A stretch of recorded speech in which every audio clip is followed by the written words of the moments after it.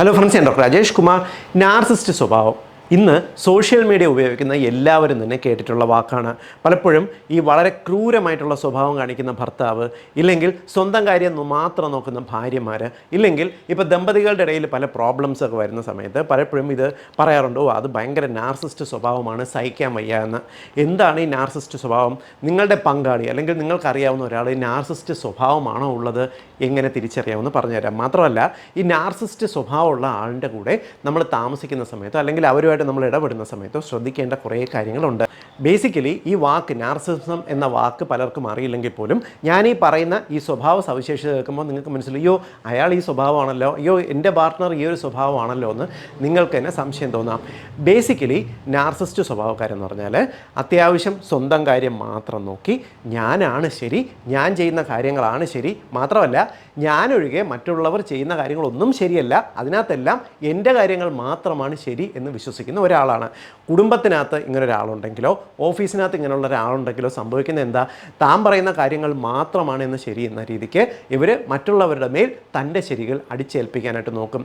കാര്യങ്ങൾ ഡിസ്കസ് ചെയ്ത് കാര്യങ്ങൾ ഒരു സെറ്റിൽമെൻറ്റ് അല്ലെങ്കിൽ ഒരു തീരുമാനത്തിലെത്താനായിട്ട് ഈ കൂട്ടക്കാർ ഒരു മടി കാണിക്കും. മാത്രമല്ല, മറ്റുള്ളവർ ചെയ്യുന്ന നല്ല കാര്യങ്ങളെ ഇവർക്ക് അക്സെപ്റ്റ് ചെയ്യാൻ പറ്റത്തില്ല. അത് നല്ലതാണ് അല്ലെങ്കിൽ ശരിയാണ് എന്ന് കരുതി അഭിനന്ദിക്കാൻ സാധിക്കില്ല. കാരണം എന്താ, എനിക്ക് മാത്രമല്ലേ നല്ല കാര്യങ്ങൾ ചെയ്യാൻ പറ്റുള്ളൂ എന്ന രീതിക്ക് ഈ സ്വഭാവക്കാർ പെരുമാറും. മാത്രമല്ല, താൻ പറയുന്ന കാര്യങ്ങൾ തെറ്റാണ് എന്ന് ആരെങ്കിലും സമർത്ഥിക്കാൻ ശ്രമിച്ചാലോ പിന്നെ അവർ തൻ്റെ കൺകണ്ട ശത്രുവാണ്. താൻ ചെയ്യുന്ന കാര്യങ്ങൾക്ക് ഒരു തെറ്റുണ്ട് എന്ന് പണ്ട് പറഞ്ഞ ആരെങ്കിലും ഉണ്ടെങ്കിൽ അവരെ ക്രമേണ അകറ്റി നിർത്താനായിട്ട് നോക്കും. തൻ്റെ നല്ല ഗുണങ്ങൾ മാത്രം കാണുന്ന ആൾക്കാരുമായിട്ട് സൗഹൃദം ഉണ്ടാക്കും.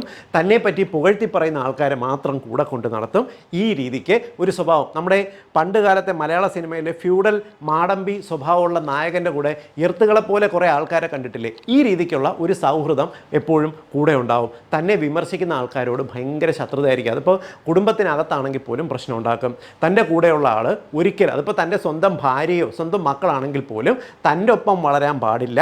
താൻ പറയുന്ന കാര്യങ്ങൾ അവർ അനുസരിച്ചോളണം എന്ന ഒരു സ്വഭാവ സവിശേഷത ഇത്തരക്കാർ സൂക്ഷിക്കും. ഇതിനകത്ത് ഏറ്റവും വലിയൊരു അപകടകരമായ സ്വഭാവം എന്തെന്ന് പറഞ്ഞാൽ, ഇവർക്ക് മറ്റുള്ളവരോട് പ്രത്യേകിച്ച് ഒരു ദയ, അനുകമ്പ ഇതൊന്നും കാണത്തില്ല.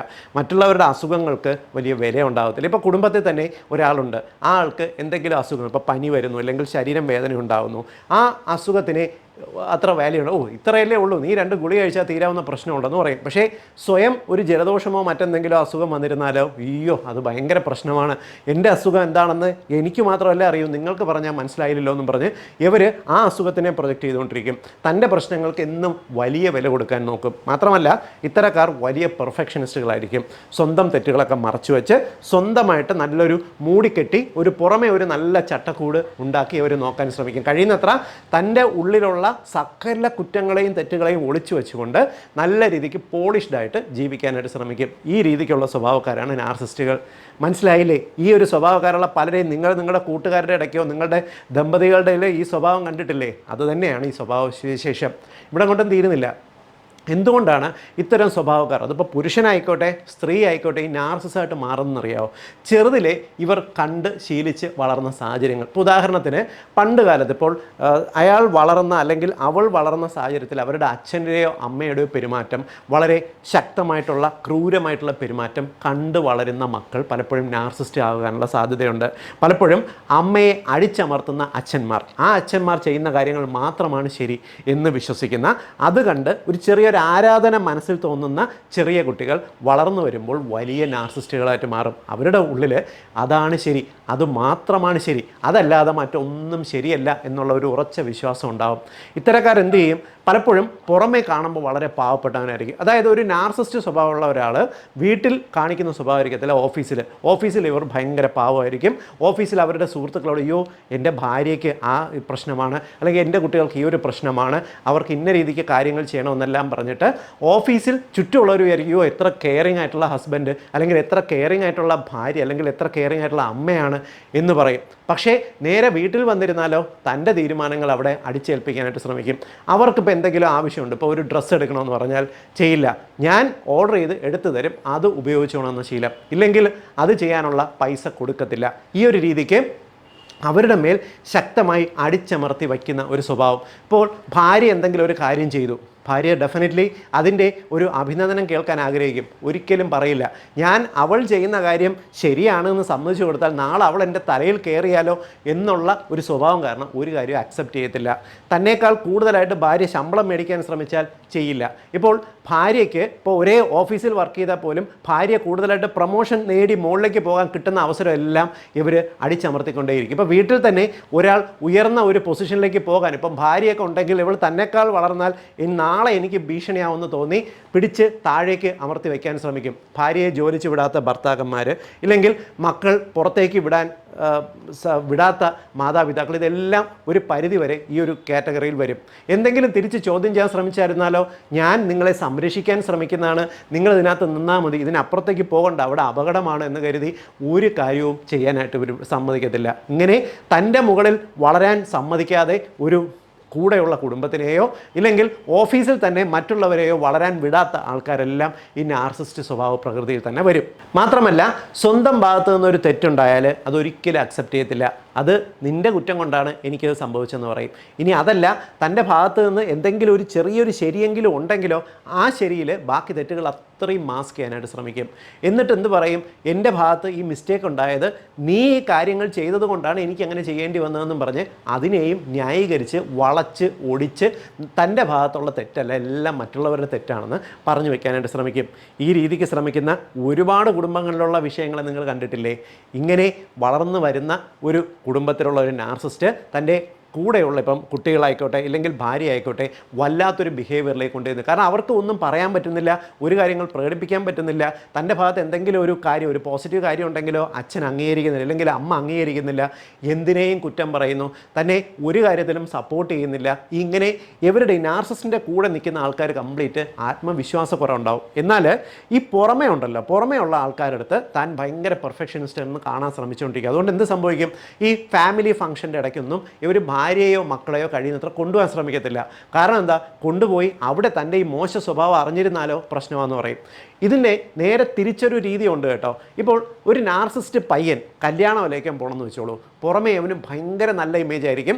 അവൻ ഇടപെടുന്ന ഒരു പെൺകുട്ടിക്ക് ഒരുപക്ഷെ തോന്നുക എൻ്റെ ജീവിതത്തിലെ ഏറ്റവും ഭാഗ്യമാണ് ഈ ഒരു പയ്യനെ എൻ്റെ ജീവിതത്തിലേക്ക് കൊണ്ടുവന്നതെന്ന് കരുതി പെണ്ണിനെ അങ്ങ് വിശ്വസിപ്പിക്കും. ഈ രീതിക്ക് വിശ്വസിപ്പിച്ചിട്ട് തൻ്റെ പോസിറ്റീവ് കാര്യങ്ങൾ മാത്രം പറഞ്ഞു കൊടുക്കും. എന്നിട്ട് എന്ത് സംഭവിക്കും, ഇവർ തൻ്റെ നെഗറ്റീവ് കാര്യങ്ങൾ അറിയാമെന്നുള്ള ആൾക്കാരെ ഒരിക്കലും ഈ കെട്ടാൻ പോകുന്ന പെൺകുട്ടി ഒരു ടച്ചിൽ വയ്ക്കില്ല.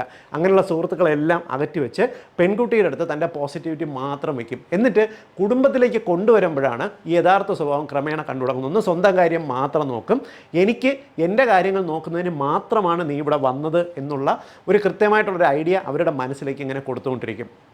പലപ്പോഴും ഇങ്ങനെ വരുന്ന പെൺകുട്ടികൾ അല്ലെങ്കിൽ പയ്യന്മാരെന്ത് വിചാരിക്കുന്നത്, തന്നോടുള്ള സ്നേഹം കൊണ്ടല്ലേ ഇത്രയും കെയർ ചെയ്യുന്നത് വിചാരിക്കും. പക്ഷേ നമ്മൾ കൂടുതൽ കെയറിങ് ആണ് എന്ന് കരുതിക്കുന്ന കാര്യങ്ങൾ പലതും റെസ്ട്രിക്ഷൻസ് ആണ്. അതായത് തനിക്ക് ചുറ്റും ഒരു സൈലൻ്റ് ആയിട്ട് ഒരു ബൗണ്ടറി കെട്ടി തിരിക്കുകയാണെന്നുള്ളത് കൂടെ നിൽക്കുന്ന ആൾക്കാർ പലപ്പോഴും തിരിച്ചറിയില്ല. പലപ്പോഴും വിദ്യാഭ്യാസം കൂടുതലുള്ള നാർസിസ്റ്റുകൾ ഇങ്ങനെയാണ് ചെയ്യുക. ഇപ്പോൾ കൂടെ വർക്ക് ചെയ്യുന്ന ആളെയാണ് കല്യാണം കഴിച്ചുകൊണ്ട് വരുന്നതെന്നുണ്ടെങ്കിൽ കൂടെ വരുന്ന ഭാര്യയ്ക്ക് വരുമാനം ഉണ്ടെന്ന് വെച്ചോ, സ്വന്തം രീതിക്ക് ഭാര്യ വരുമാനത്തിൽ നിന്ന് കാര്യങ്ങൾ ചെയ്യുന്നതിനെ പതുക്കെ പതുക്കെ ഇയാളം കട്ട് ചെയ്യാൻ തുടങ്ങും. ഭാര്യയുടെ പേരിലായിരിക്കും ക്രെഡിറ്റ് കാർഡ്, വീട്ടിലുള്ള ബില്ലുകളെല്ലാം ഭാര്യയുടെ തലയിലേക്ക് അങ്ങ് വെച്ചിട്ട് ഭാര്യയെ കൊണ്ട് ഇത് അത്ര അടപ്പിച്ചിട്ട് തൻ്റെ പൈസ ഇതിനകത്തൊന്നും ചിലവാക്കാതെ മാറ്റി വയ്ക്കാൻ ശ്രമിക്കും. എന്നിട്ട് കഴിയുമെങ്കിൽ ഭാര്യയുടെ വരുമാനം കൂടി സ്വന്തം അക്കൗണ്ടിലേക്കോ സ്വന്തം ഇതിലേക്കോ മാറ്റിയിട്ട് എല്ലാം തൻ്റെ കൺട്രോളിലേക്ക് കൊണ്ടുവരിക എന്നൊരു രീതിയിലേക്ക് ഇത്തരക്കാർ ക്രമേണ അങ്ങ് മാറും. ഈ ഒരു സ്വഭാവം പാവമാണ് ഭാര്യ അല്ലെങ്കിൽ കുട്ടികളെങ്കിൽ അവർക്ക് മനസ്സിലാകാനും പോകുന്നില്ല. ക്രമേണ ഇതിങ്ങനെ വളർന്ന് ഇപ്പോൾ ഈ ഒരു സ്വഭാവ പ്രകൃതിയുള്ള, ഇപ്പോൾ വിദ്യാഭ്യാസമൊന്നും ഇല്ലാത്ത ആളാണെന്നുണ്ടെങ്കിൽ എന്ത് ചെയ്യും, തന്നെ എതിർക്കുന്ന ഭാര്യയോ മക്കളോ ഉണ്ടെങ്കിൽ ആക്രമിക്കും, അവരെ അടിക്കും, ഉപദ്രവിക്കും, അവരെ കഴിയുന്നത്ര പൂട്ടിയിടുന്ന രീതിയിലേക്ക് വരെ ഈ സ്വഭാവക്കാർ കാണിച്ചു എന്ന് വരും. ഇനി വിദ്യാഭ്യാസം ഉള്ളവരാണെങ്കിലോ ഭാര്യ ബുദ്ധിപരമായി ചെയ്യുന്ന കാര്യങ്ങളിൽ പോയി ഇടപെട്ട് അതിനെ അലങ്കോലമാക്കി കുളമാക്കി തൻ്റെ വഴിക്ക് കൊണ്ടുവരാനായിട്ട് ശ്രമിക്കും. ഇങ്ങനെ വിദ്യാഭ്യാസം ഉള്ള നാർസിസ്റ്റും വിദ്യാഭ്യാസം ഇല്ലാത്ത നാർസിസ്റ്റും രണ്ട് തരത്തിൽ തന്നെ കാണിച്ചുകൊണ്ടിരിക്കും. ചുരുക്കി പറഞ്ഞാൽ ഈ നാർസിസ്റ്റുകളുടെ കൂടെ ജീവിക്കുന്ന ആൾക്കാർ ക്രമേണ ഈ ആങ്സൈറ്റി, ഈ ഉത്കണ്ഠയെല്ലാം കൂടിയിട്ട് ഓവറായിട്ട് ടെൻഷൻ കൂടി വല്ല ഡിപ്രഷൻ വരുന്ന ഒരവസ്ഥയിലേക്കോ ആത്മഹത്യയിലേക്കോ അല്ലെങ്കിൽ ഈ ഇറങ്ങിപ്പോകുന്ന അവസ്ഥയിലേക്കോ ചെന്നെത്തും. പലപ്പോഴും 17-18 വയസ്സുള്ള പെൺകുട്ടികൾ ആത്മഹത്യയ്ക്ക് ശ്രമിക്കുന്നതോ ഇല്ലെങ്കിൽ ഏതെങ്കിലും പയ്യന്മാരെ കൂടെ ചാടിപ്പോകാൻ ശ്രമിക്കുന്നതെല്ലാം വീട്ടിൽ സമാധാനമില്ലാത്ത ഒരു അന്തരീക്ഷത്തിൽ, മിക്കവാറും ഈ കുടുംബത്തിൽ അന്വേഷിച്ച് കഴിഞ്ഞാൽ ഒരു നാർസിസ്റ്റ് അച്ഛനോ നാർസിസ്റ്റ് അമ്മയോ അല്ലെങ്കിൽ നാർസിസ്റ്റ് അമ്മാവനോ ഒക്കെ ആ വീട്ടിൽ കാണുന്ന ഒരു സാഹചര്യം താല്പര്യം ഉണ്ടാവും. ഇനി ഈ നാർസിസ്റ്റ് സ്വഭാവമുള്ള ഒരാളാണ് നിങ്ങളുടെ പങ്കാളി എന്നുണ്ടെങ്കിൽ അതിനെ എങ്ങനെ മാനേജ് ചെയ്യണമെന്ന് പറഞ്ഞുതരാം. ഇത് വളരെ പാടാണ്. കാരണം നാർസിസ്റ്റ് സ്വഭാവമുള്ള ഒരാളിനെ സമൂഹത്തിൽ അല്ലെങ്കിൽ സ്വന്തം കുടുംബത്തിൽ കൂടെ കൊണ്ടുപോകുക എന്ന് പറഞ്ഞാൽ വളരെ ബുദ്ധിമുട്ടുള്ള കാര്യമാണ്. അവരോടൊപ്പം ചേർന്ന് പോകണോ വേണ്ടയോ എന്ന് തീരുമാനിക്കലാണ് ആദ്യത്തെ കാര്യം.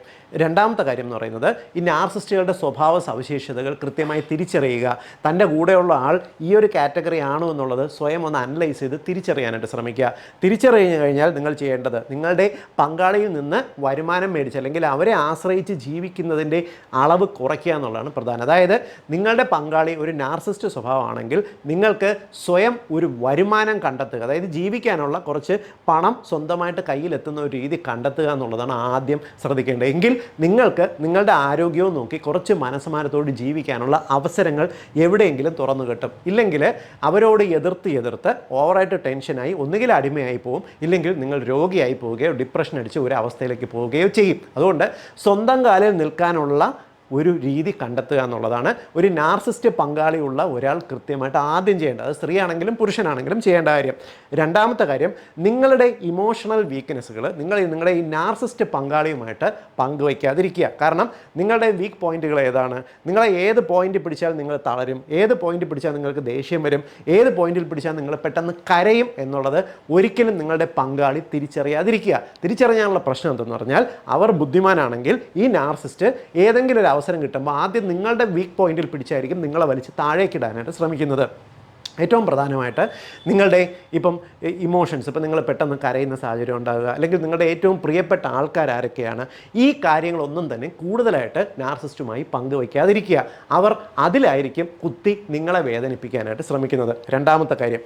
ഇനി മൂന്നാമത്തെ കാര്യം എന്ന് പറയുന്നത് ഇമോഷണൽ തിങ്സ് പങ്കുവയ്ക്കാതിരിക്കുക എന്ന് പറയുന്ന പോലെ തന്നെ അവരുടെ ഇമോഷൻസിനെ നിങ്ങളുടെ തലയിലേക്ക് കൊണ്ടുവരാതിരിക്കുക. അതായത് അവർ നിങ്ങളുടെ മുകളിൽ കുത്തിവയ്ക്കുന്ന വിഷം അല്ലെങ്കിൽ അതിൻ്റെ ഡോസിനെ നിങ്ങൾ നിങ്ങളുടെ മനസ്സിൽ കൊണ്ടിട്ട് വർക്കൗട്ട് ചെയ്ത് കൊളാക്കാൻ ശ്രമിക്കരുത്. കാരണം നാർസിസ്റ്റിൻ്റെ സ്വഭാവം ഇത് തന്നെയാണ്. അടുത്ത മനസ്സിലാക്കേണ്ട ഏറ്റവും പ്രധാനപ്പെട്ട കാര്യം, നാർസിസ്റ്റിനെ നിങ്ങൾക്ക് ഒരിക്കലും തിരുത്താനായിട്ട് സാധിക്കത്തില്ല. അവർ സ്വയം എന്തെങ്കിലും മനസ്സിലാക്കി എൻ്റെ സ്വഭാവം ഇങ്ങനെയാണ്, ഞാൻ ഇച്ചിരി വിഷമാണ്, ഞാൻ പാമ്പാണെന്ന് മനസ്സിലാക്കി സ്വയം ഒരല്പം മാറി നിങ്ങളോട് അല്പം പെരുമാറിയാൽ മാത്രമേ ഇത് ശരിയാവത്തുള്ളൂ. അല്ലാതെ ഒരിക്കലും നിങ്ങൾക്ക് ഉപദേശിച്ച് ഒരു നാർസിസ്റ്റിനെ തിരുത്താൻ സാധിക്കില്ല. ഇത് മനസ്സിലാക്കി ചെയ്യുക. അതുകൊണ്ട് തന്നെ നിങ്ങൾ അവരുടെ അടുത്ത് കൂടുതലായിട്ട് നിങ്ങൾ ആശ്രയിക്കുന്ന ഒരു സ്വഭാവം നിർത്താനായിട്ട് നോക്കുക. നാർസിസ്റ്റുകൾ തരുന്ന വിഷം മനസ്സിലെടുക്കരുത്. ഒരിക്കലും നാർസിസ്റ്റിൽ നിന്ന് ദയ, സ്നേഹം, അനുകമ്പ, സഹാനുഭൂതി പ്രതീക്ഷിക്കരുത്. നിങ്ങളുടെ വേദനകൾ അല്ലെങ്കിൽ നിങ്ങളുടെ രോഗങ്ങൾ, നിങ്ങളുടെ വിഷമങ്ങൾ ഒരിക്കലും പോയി നാർസിസ്റ്റിനോട് പങ്കുവയ്ക്കരുത്. നിങ്ങളുടെ വേദന കൂടത്തേ ഉള്ളൂ. ഇന്നല്ലെങ്കിൽ നാളെ അതും വെച്ച് നിങ്ങൾക്കിട്ട് നാളെ തിരിച്ച് പണി തരാൻ അവർ ശ്രമിച്ചുകൊണ്ടിരിക്കും. അടുത്ത പ്രധാനപ്പെട്ട കാര്യം, നിങ്ങളുടെ ആരോഗ്യവും നിങ്ങളുടെ മാനസിക സന്തോഷവും നിങ്ങളുടെ മാത്രം ഉത്തരവാദിത്തമാണ്. ഈ നാർസിസ്റ്റിൻ്റെ ഉത്തരവാദിത്തമല്ല. പലപ്പോഴും ഒരു നാർസിസ്റ്റ് അച്ഛനായിക്കോട്ടെ, നാർസിസ്റ്റ് അമ്മയായിക്കോട്ടെ, നാർസിസ്റ്റ് ഭർത്താവായിക്കോട്ടെ, ഒരിക്കലും നിങ്ങളുടെ സന്തോഷത്തിൽ അവർക്ക് വലിയ തൃപ്തി ഉണ്ടാകത്തില്ല. അവരുടെ കാര്യം എൻ്റേത്, എൻ്റെ മാത്രം കാര്യം, എനിക്കെന്തെങ്കിലും കാര്യം നേടാൻ എൻ്റെ ഭാര്യ, എൻ്റെ ഒരു സംതൃപ്തിക്ക് വേണ്ടി എൻ്റെ ഭാര്യയും എൻ്റെ മക്കളും, അതിനപ്പുറം ഇവരൊരിക്കലും ചിന്തിക്കില്ല. അതുകൊണ്ട് ഒരു പരിധിക്ക് മുകളിൽ അവരുടെ നിന്ന് ഇതൊന്നും പ്രതീക്ഷിക്കാതെ നിങ്ങൾ തന്നെ സ്വയം കാര്യങ്ങൾ ചെയ്യാനായിട്ട് നോക്കുക. രണ്ടാമത്തെ കാര്യം, നാർസിസ്റ്റ് നിങ്ങളുടെ അടുത്ത് ഭയങ്കരമായിട്ട് വഴക്കൂടാൻ വരുന്നു, പ്രശ്നം ഉണ്ടാക്കാൻ വരുന്നു. അവരെ കാര്യങ്ങൾ പറഞ്ഞ് മനസ്സിലാക്കുന്നതിലും ഭേദം മിണ്ടാണ്ട് ഒഴിഞ്ഞ് നിങ്ങളുടെ കാര്യം നോക്കിയിരിക്കുക. എന്നിട്ട് അവർ കാണിക്കുന്ന തെറ്റുകളെ അവർക്ക് തിരിച്ച് പറഞ്ഞ് മനസ്സിലാക്കാൻ പോയിട്ട് ഒരു പ്രയോജനമില്ല. ആയിക്കോട്ടെ, നിങ്ങൾ പറഞ്ഞാണോ ശരി, ആയിക്കോട്ടെ എന്ന് പറഞ്ഞ് അങ്ങനെ അങ്ങ് ഇരുന്നിട്ട് നിങ്ങൾ നിങ്ങളുടെ കാര്യങ്ങളോ നിങ്ങളുടെ കുടുംബത്തിൻ്റെ കാര്യങ്ങളോ നിങ്ങൾ ആലോചിച്ച് കാര്യങ്ങൾ ചെയ്യാനായിട്ട് ശ്രമിക്കുക. എങ്കിൽ നിങ്ങൾക്ക് ഇന്നല്ലെങ്കിൽ നാളെ സമാധാനമായിട്ട് ജീവിക്കാൻ പറ്റും. ഇനി മനസ്സിലാക്കേണ്ട മറ്റൊരു പ്രധാന കാര്യം, ഒരു തരത്തിലും ഈ നാർസിസ്റ്റിനെയും കൊണ്ട് നിങ്ങൾക്ക് ജീവിക്കാൻ പറ്റുന്നില്ല. അല്ലെങ്കിൽ ഈ നാർസിസ്റ്റ് ക്രമേണ നിങ്ങളെ ഇങ്ങനെ വിഴുങ്ങിക്കൊണ്ടിരിക്കും, നിങ്ങളുടെ മനസ്സമാനം നശിപ്പിച്ച് ഇരിക്കുന്നു എന്നുണ്ടെങ്കിൽ ഇന്നല്ലെങ്കിൽ നാളെ ഇത് പണി കിട്ടുമെന്ന് മനസ്സിലാക്കി ഒരു ദിവസം നേരത്തെ ഈ നാർസിസ്റ്റിനെ ഒഴിവാക്കുക എന്നുള്ളത് മറ്റൊരു പ്രധാനപ്പെട്ട കാര്യം. വിവാഹം കഴിഞ്ഞതല്ലേ, നാളെ എൻ്റെ കുടുംബം അല്ലെങ്കിൽ മറ്റുള്ളവർ എന്ത് വിചാരിക്കും, സമൂഹം എന്ത് വിചാരിക്കും എന്ന് കരുതി ജീവിതകാലം നാർസിസ്റ്റിനെ ചുമക്കാൻ തീരുമാനിച്ചു കഴിഞ്ഞാൽ നിങ്ങൾ രോഗിയായി ഈ ജീവിതകാലം മുഴുവൻ സഹിച്ച് മരണപ്പെടുമെന്നല്ലാതെ നിങ്ങൾക്ക് ഇതുകൊണ്ടോ അല്ലെങ്കിൽ നിങ്ങളുടെ മക്കൾക്ക് ഇതുകൊണ്ടോ നാളെ ഒരു പ്രയോജനവും ഉണ്ടാകാൻ പോകുന്നില്ല എന്നുള്ളത് മനസ്സിലാക്കുക. എപ്പോഴും നാർസിസ്റ്റിനെ തിരുത്താൻ ശ്രമിക്കാതെ നിങ്ങൾ സ്വയം തിരുത്തി സമാധാനമായിട്ട് ജീവിച്ചാൽ നാർസിസ്റ്റിനെ അത്യാവശ്യം മേച്ചുകൊണ്ട് കൂടെ കൊണ്ടുപോകാനായിട്ട് പറ്റും. അതിനും സാധിക്കുന്നില്ല എന്നുണ്ടെങ്കിൽ നാർസിസ്റ്റിനെ ഒഴിവാക്കി സമാധാനമായിട്ട് ജീവിക്കുക. എന്നാൽ മറ്റു ചിലരുണ്ട്, ഈ നാർസിസ്റ്റിനെ വിട്ടുപോയി കഴിഞ്ഞാൽ, ഭർത്താവിനെ വിട്ടുപോയി കഴിഞ്ഞാൽ വരുമാനം നിന്നുപോകും, പണം നിന്നുപോകും, നാർസിസ്റ്റിൻ്റെ സ്വത്ത് കിട്ടില്ല എന്ന് വിശ്വസിക്കുന്നവർ മനസ്സിലാക്കുക, സ്വത്തിനും പണത്തെക്കാളും ഒക്കെ വലുത് മനസമാധാനവും സന്തോഷവും ആരോഗ്യത്തോടുള്ള ജീവിതമാണ്. ഈ കാര്യങ്ങൾ നേടുന്നതിന് വേണ്ടി മാത്രമാണ് വരുമാനമുള്ളത്. പണവും മറ്റു കാര്യങ്ങളും ഉണ്ടെങ്കിലും മനസമാധാനവും സന്തോഷവും ഇല്ലെങ്കിൽ ജീവിതത്തിൽ യാതൊരു കാര്യവുമില്ല എന്നുള്ള അടിസ്ഥാന കാര്യം തിരിച്ചറിയാനായിട്ട് നോക്കുക. ഇത് ഈ കുടുംബത്തിൻ്റെ അല്ലെങ്കിൽ നമ്മുടെ സമൂഹത്തിൻ്റെ അറിവിലേക്കായിട്ട് ഷെയർ ചെയ്യുക. കാരണം നമ്മുടെ സമൂഹത്തിൽ ഒരുപാട് കുടുംബങ്ങളിൽ ഇത്തരത്തിലുള്ള നാർസിസ്റ്റുകൾ പതുങ്ങിയിരിപ്പുണ്ട്. അവരെ എല്ലാവരും തിരിച്ചറിയുക. ഇതെല്ലാ കുടുംബവും അറിഞ്ഞിരിക്കേണ്ട വിശേഷമാണ്. വീണ്ടും മറ്റൊരവസരത്തിൽ മറ്റൊരു വിഷയമായി കണ്ടുമുട്ടാം. ബൈ.